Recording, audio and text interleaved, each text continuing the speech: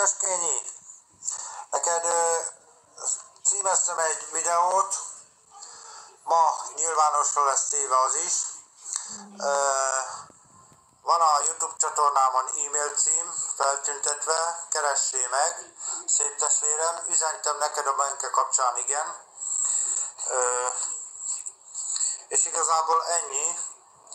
Ha valami problémád van, vagy lesz a live-ommal kapcsolatban, illetve a videómmal kapcsolatban, live után nyilvánosra teszem, nézeges, tanulmányozd.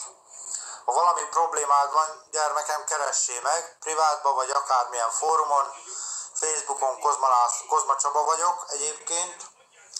A YouTube csatornámon van e-mail cím feltüntetve, úgyhogy a lehetőség tárháza adott, ki kell használni, és ennyi.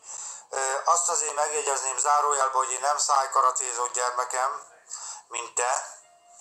Én nem megyek a Benke vonalán, hogy csúnyán beszéljek. Én megkereslek, megfoglalkozz, megbaszom a kis szádat. Azt tőlem, engem nem nagyon érdekel, hogy te borsodi vagy, és ennyi. Ilyen egyszerű, ennyi volt a rád történő reakció, nem rólad van szó, úgyhogy húzz a faszomba, és mondjad, hogy én küldtelek.